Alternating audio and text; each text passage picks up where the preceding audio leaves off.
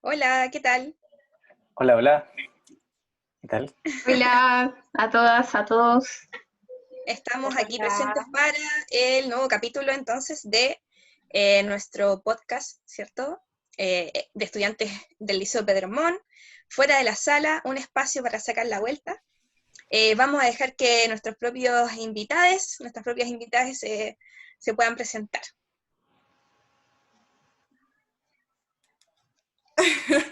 Bueno, Qué- hola, yo soy Gabriela León, de cuarto medio, del Liceo Pedro Montt.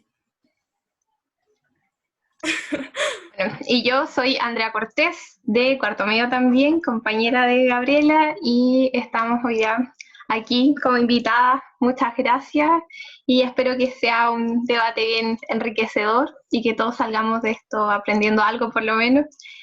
Y bueno, yo vengo casi que aquí a funar la cultura de la cancelación, vengo a funar a los que funan, así que estoy entusiasmada, estoy feliz de estar aquí. Andrea, adelanta entonces un poco el motivo de la reunión de hoy día. En nuestro tercer capítulo vamos a darle oxígeno nuevamente a este programa, a este podcast, que habíamos abandonado un par de semanas, pero lo retomamos. Y vamos a tratar de conversar hoy día acerca de dos cosas, en la medida que esto vaya funcionando. Perdón, la teoría, la cultura de la cancelación como uno de los temas y la apropiación cultural. Entonces vamos a tratar de navegar en esos mares. Bueno, quizá en principio podríamos, porque son términos como muy actuales, ¿verdad? Y probablemente no todos y no todas sepan a qué términos nos referimos, ¿cierto? Cuando hablamos, sobre todo, primero vamos a empezar, ¿cierto?, con la cultura de la cancelación. ¿Qué podríamos entender por esta expresión? ¿A qué se referirá? Quizá, ¿Qué creen quizá, ustedes? sí, tienen idea. A mí cuando conocí el término pensé en funas al tiro. No sé si estoy bien ahí o no. Se refiere a cuando uno deja de seguir a alguien porque actuó de alguna forma o tiene algún tipo de ideología, opinó de algo y no nos gustó o está mal. Y se elimina por completo de nuestro entretenimiento o gusto. No sé. Claro. O sea, se hace una especie como de persecución, de cancelación, como de barrera a una persona que se le tacha tal vez como un poco inapropiada, que no tiene un correcto pensamiento, o tal vez que es un pensamiento reprochable, como lo podría ser alguien que es racista, alguien que es homófobo o alguien que es tan, o sea, Emite que mensajes de odio. Tiene un sí, pensamiento de odio. claro, tiene un diálogo y un discurso de odio. ¿Y en qué escenario se Podríamos... da? Perdón, sí, No, dale. ¿En qué escenario ¡Ay, se se da? me iba! ¿En qué escenario se da? En ¿Sí? las redes sociales habíamos ¿Redes dicho, sociales? pues, ¿no? Ya, solo redes sociales. Claro, o sea, es como, bueno, las redes sociales son hoy en día como, toda la gente se expresa en redes sociales, pues, ¿ya? Es muy fácil y no es necesario, ¿cierto?, que lo veamos en un programa o que un artista cancele a otro, ¿cierto?, porque las redes sociales hacen la pega y probablemente nosotros, al menos en nuestra realidad más local, creo que tenemos ejemplos bastante claros. Yo creo que Alberto Plaza, por ejemplo, ha sido un cancelado del último año, ¿ya? Hay otros ejemplos también, no sé, Pablo Neruda, ¿ya? Pero Baradí también hace unos 2 o 3 años atrás estuvo a punto de ser cancelado y como que revivió, salió a flote, pero también estuvo a punto de ser cancelado, ¿cierto?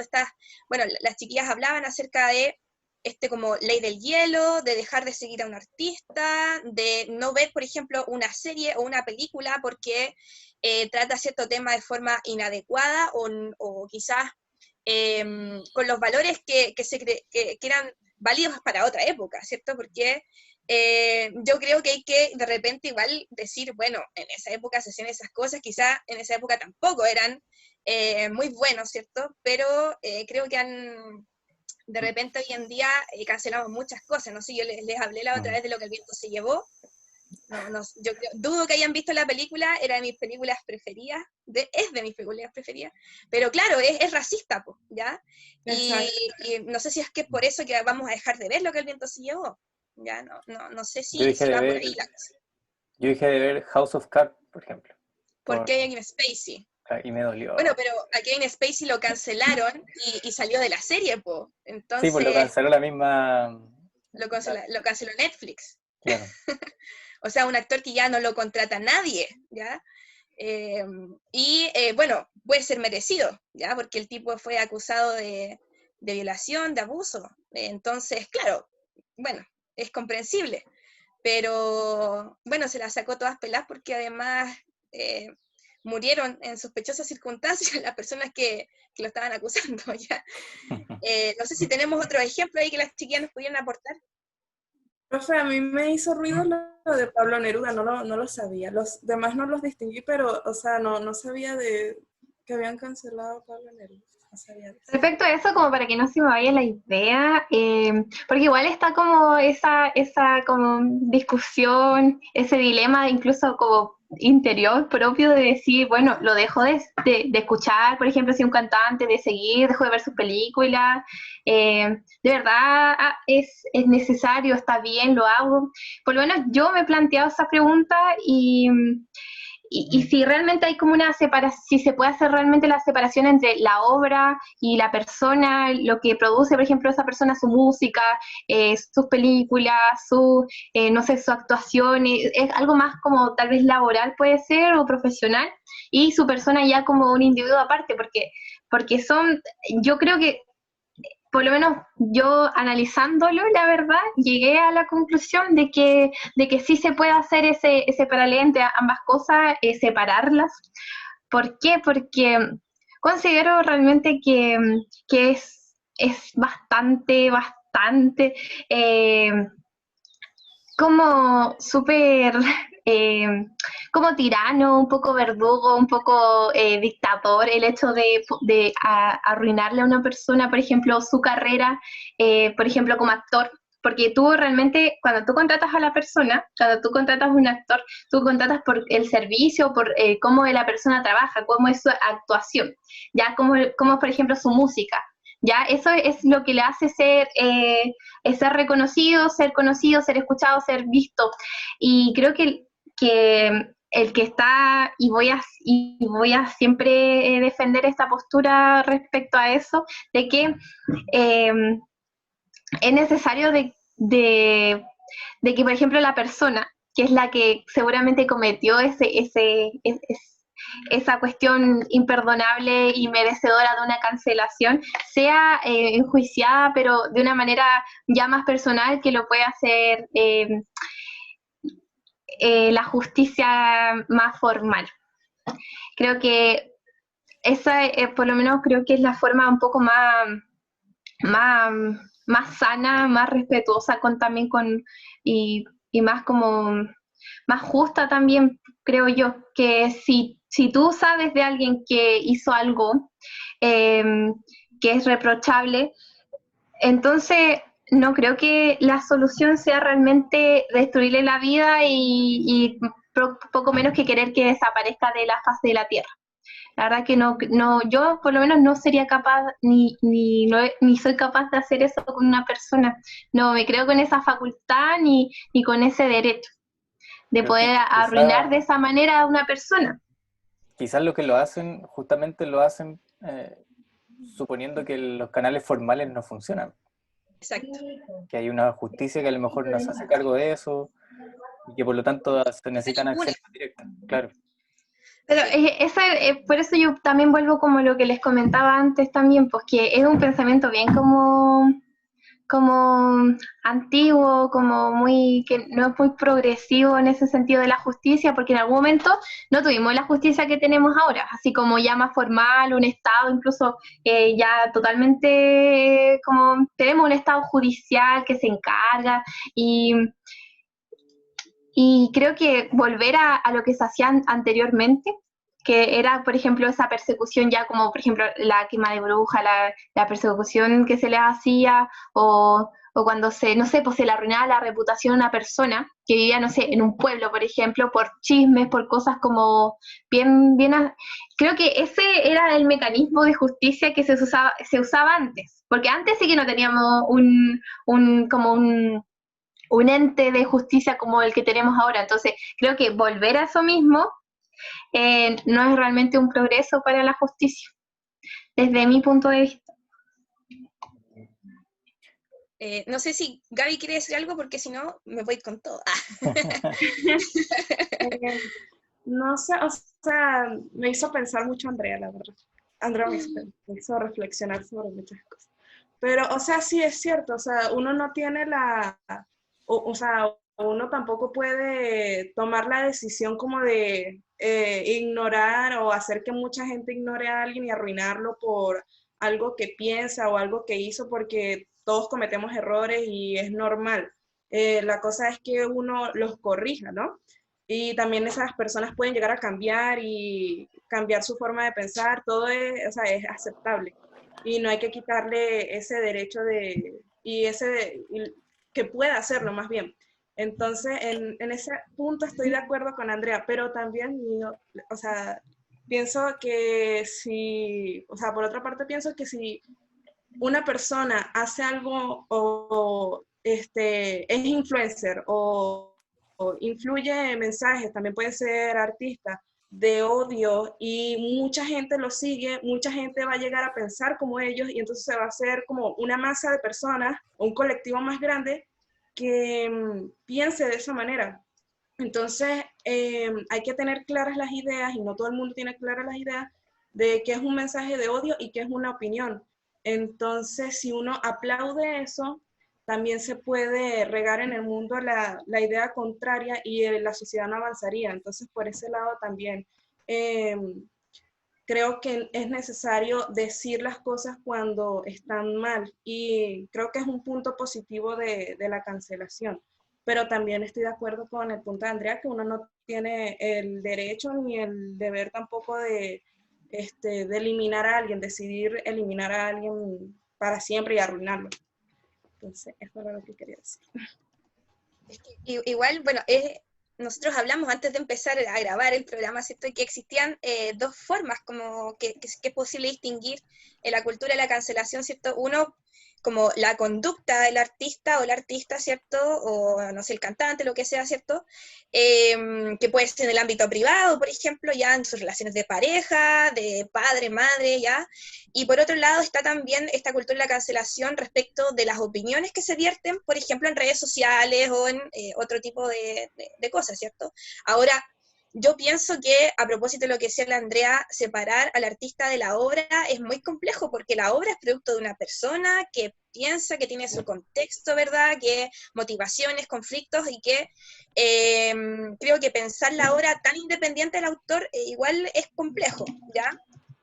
Y que a veces hay obras que también reflejan el modo de pensar, y es así, ¿ya? Es así.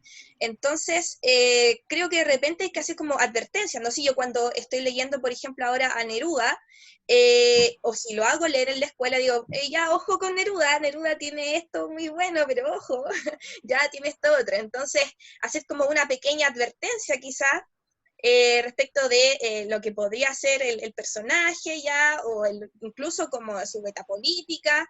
Creo que es, no sé, no sé si están así como separar al artista de la obra por completo, ¿ya? Ahora, el ejemplo, a propósito de arruinarle la carrera, por ejemplo, a un personaje, está esto de Harvey Weinstein, por ejemplo, que fue un productor muy importante, ¿verdad? Quizá el productor más importante del siglo XX en Estados Unidos, ¿verdad? Produjo las grandes películas, y sin embargo estuvo acusado por un montón de mujeres que decían que él las había abusado, violado, ¿verdad? O ejercido conductas de violencia sexual. Entonces, no es arruinarle la carrera, o sea, él se la arruinó sola, ¿ya? Se la arruinó solo, porque haciendo ese tipo de cosas, en algún momento se iba a saber, ¿cierto? El movimiento Me Too fue el que más o menos sacó a la luz esto, y coincidió hace unos, no sé, 3 o 4 años atrás, ¿ya? pero claro, no sé si arruinarle la carrera a alguien es como eso, sino que esas mismas personas se lo buscaron, al menos en ese tipo de conductas tan brígidas, ¿ya? Porque no estamos hablando de una opinión, de algo sacado de contexto, sino de conductas que fueron repetidamente en el tiempo, ¿ya? Que fueron constantes. Respecto a eso, también tengo también como un punto de vista un poco,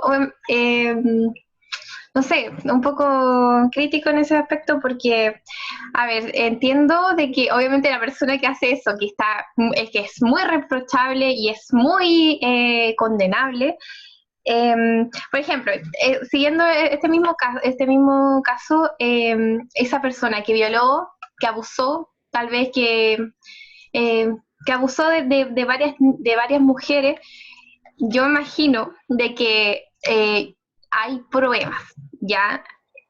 Si hay pruebas, yo a esa persona no la castigaría tampoco de esa manera y lo volvería a hacer legalmente.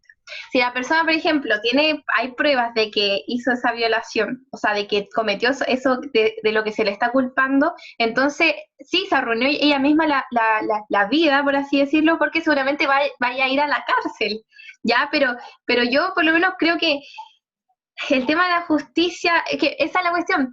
El problema no es como el fin por el cual se está haciendo, sino que es como el argumento que se usa, como si nosotros tuviéramos la capacidad, o sea, si tuviéramos todo lo necesario para poder como culpar a una persona de una manera bien racional, y no a través como por ejemplo de pasionalmente, porque muchas veces nosotros como que no hay pruebas, ya, y nosotros porque una persona lo dijo, nosotros simplemente lo creemos y decimos, bueno, es así porque esta persona lo dice, pero yo en ese sentido tampoco lo haría, yo no tampoco avalaría eso porque se puede culpar a un inocente. Ya las personas pueden mentir, las personas pueden engañar y eso es así. O sea, eso lo puede hacer cualquier persona, una mujer,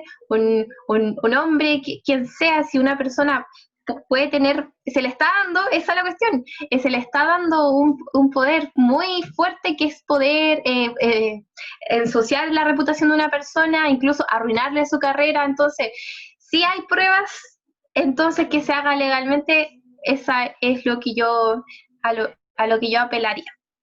Yo quiero decir algo. Vale. Sí, o sea, es cierto, o sea, hay mucha gente que puede mentir y que puede decir cosas y uno no sabe realmente si pasó o no pasó.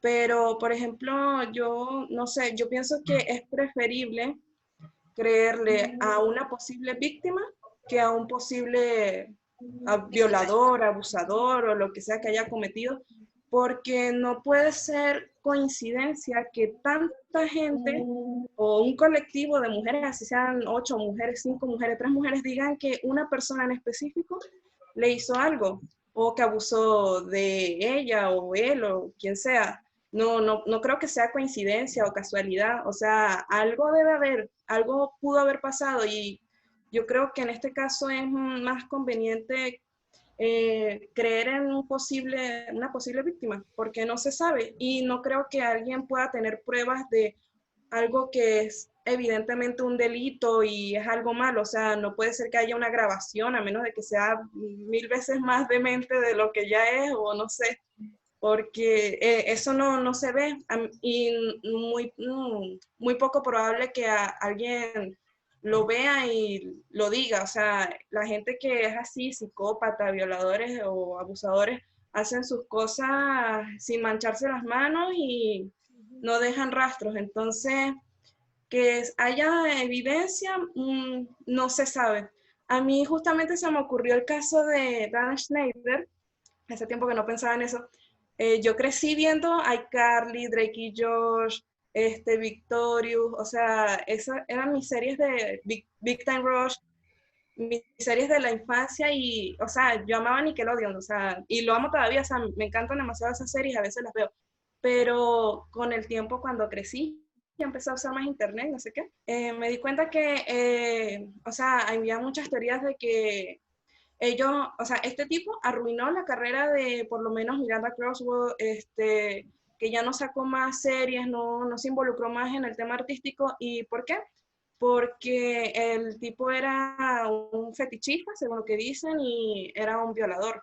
Y, o sea, yo creo que más que prueba es que ella, o sea, más nunca sacó nada. Puede ser que sí, que no quiso hacer más nada, pero no sé, es como raro que siendo iCarly una serie tan buena, no hubiesen sacado provecho de esos actores, entonces, que apenas estaba comenzando su carrera. Y pues se nota mucho, por lo menos en las series que creó Dana Schneider, que hay muchos pies, o sea, se ve mucho el fetichismo a los pies. Y se decía que él, como que le decía a las actrices como Ariana Grande que mostrara los pies.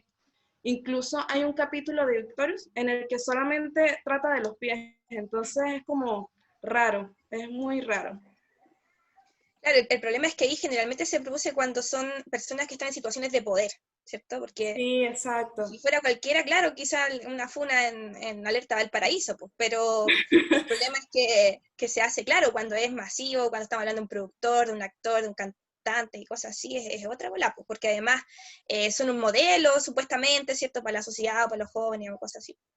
El Felipe algo iba a decir, parece, ¿no? Sí, Sí, o sea, y entonces en ese caso ya, disculpa, en ese caso uno no sabe qué era lo que iba a llegar, no se sabe cómo separar entonces, si se separa el artista de la obra, o sí, exacto, el que lo creó, porque uno puede decir, cancelo a Dan Schneider, pero entonces eso sería como dejar de creer en todo lo que uno vio y con lo que creció viendo, ¿me explico? O sea, algo que tanto le gustaba y decir, no, voy a dejar de verlo porque lo hizo un violador, un abusador, un poco triste, muy triste en realidad. Bueno, yo lo que quería decir un poco era, tengo la sensación de que todo esto de la cultura de la cancelación o todos estos fenómenos que se dan en como lo que venimos describiendo, pueden responder básicamente a dos cosas. Yo creo, una, lo que decíamos antes, que hay una desconfianza ante los canales formales, eh, y además hay una necesidad muy seguramente, muy probablemente de ajustar ciertas piezas en términos culturales que no están ajustadas. O sea, es como cuando se insiste con el lenguaje inclusivo, bueno, seguramente también ahí hay una necesidad de articular un lenguaje que no está respondiendo a ciertas necesidades.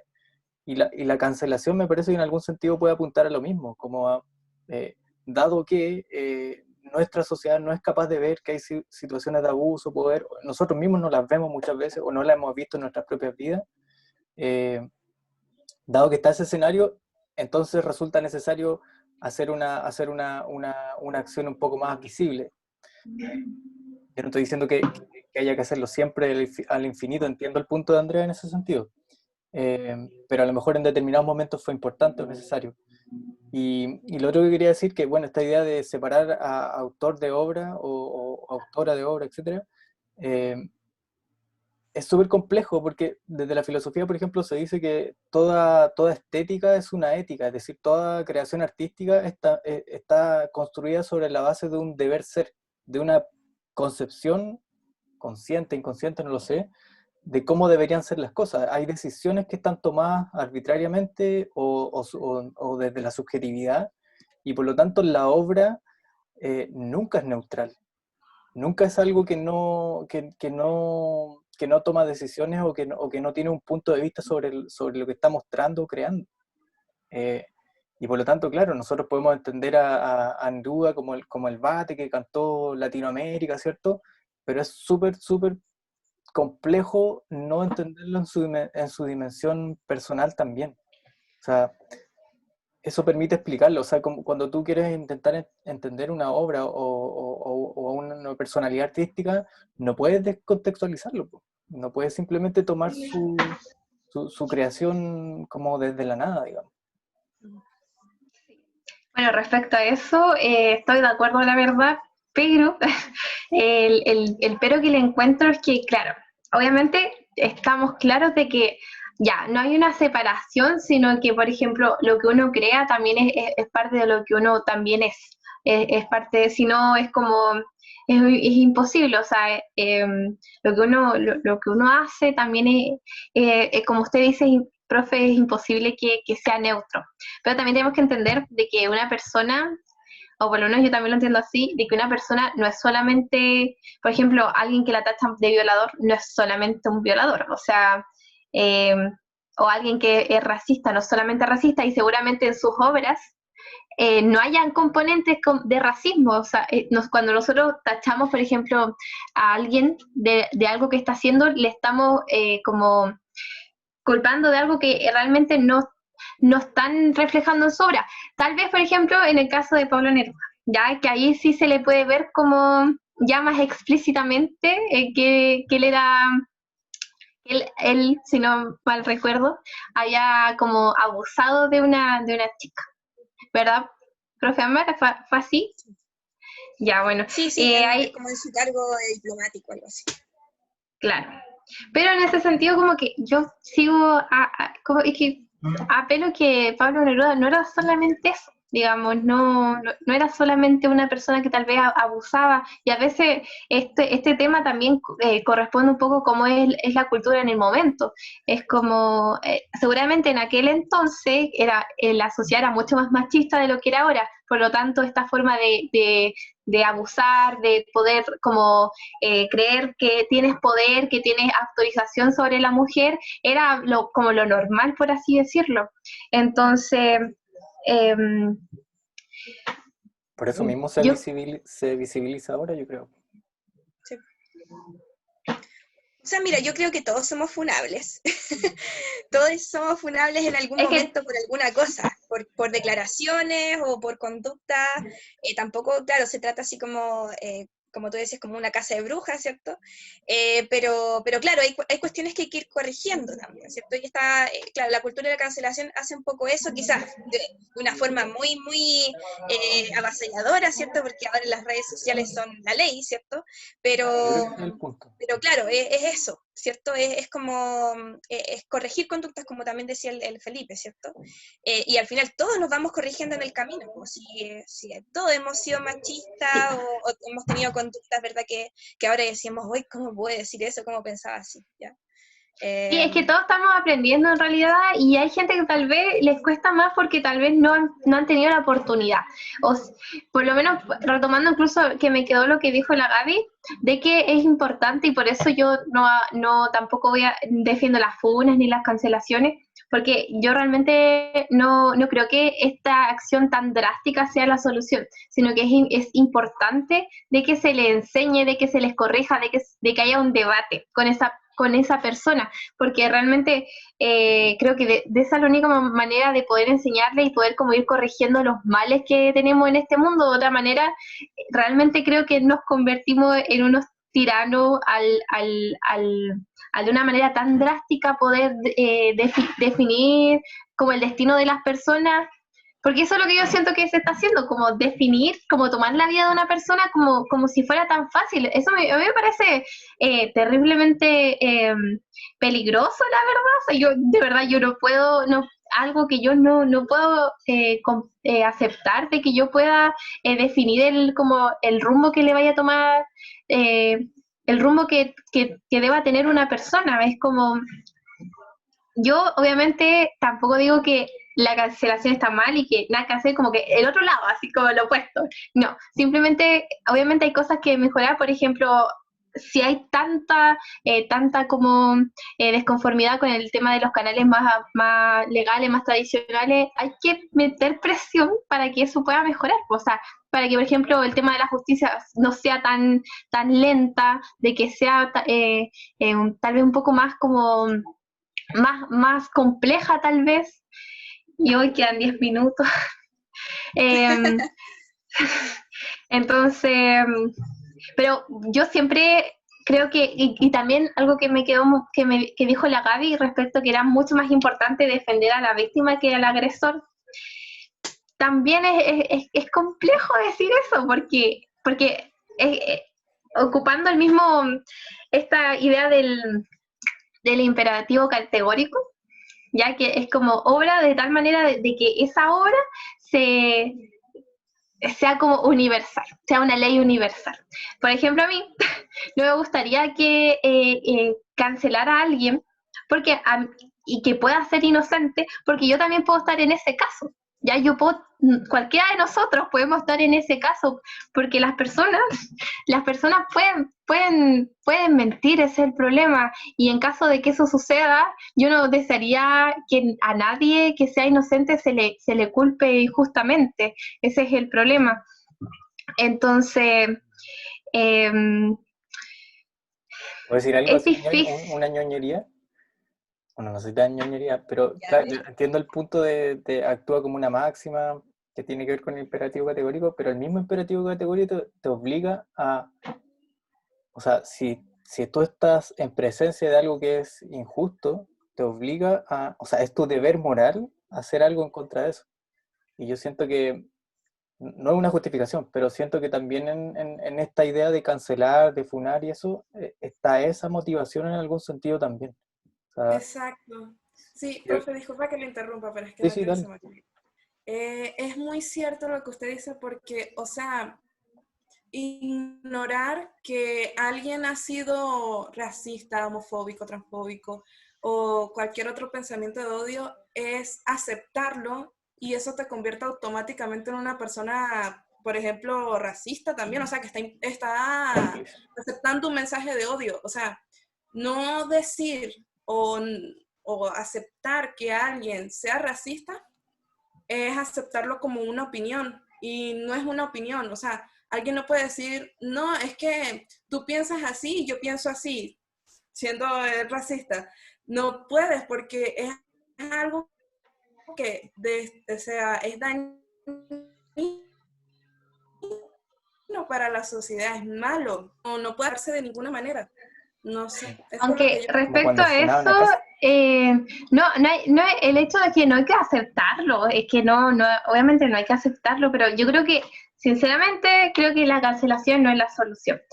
Yo esto lo leí, no recuerdo muy bien en qué parte, pero decía que este tema de la cancelación da como una especie de paz, pero sometida, no una paz verdadera, sino que una paz falsa y más encima sometida al miedo, porque la gente realmente no es, lo que se va a lograr no es que la gente cambie y deje de ser racista o de ser homofóbica, realmente lo que se va a hacer es que la gente ya no comparta su pensamiento. ¿Por qué? Porque ese pensamiento se va a saber que es reprochable, se va a saber que es denunciable, pero realmente eso, incluso recuerdo que en el tema de la libertad de expresión toqué este tema en un trabajo suyo, profesora Ámbar, que sirve mucho para la vida, que al nosotros cancelar o funar a alguien o sacarlo, realmente no nos estamos deshaciendo de ese pensamiento que es el que estamos atacando, porque realmente lo que hay que atacar es al pensamiento, no a la persona. Es al pensamiento racista, es al acto, por ejemplo, de la persona que comete un acto de violación.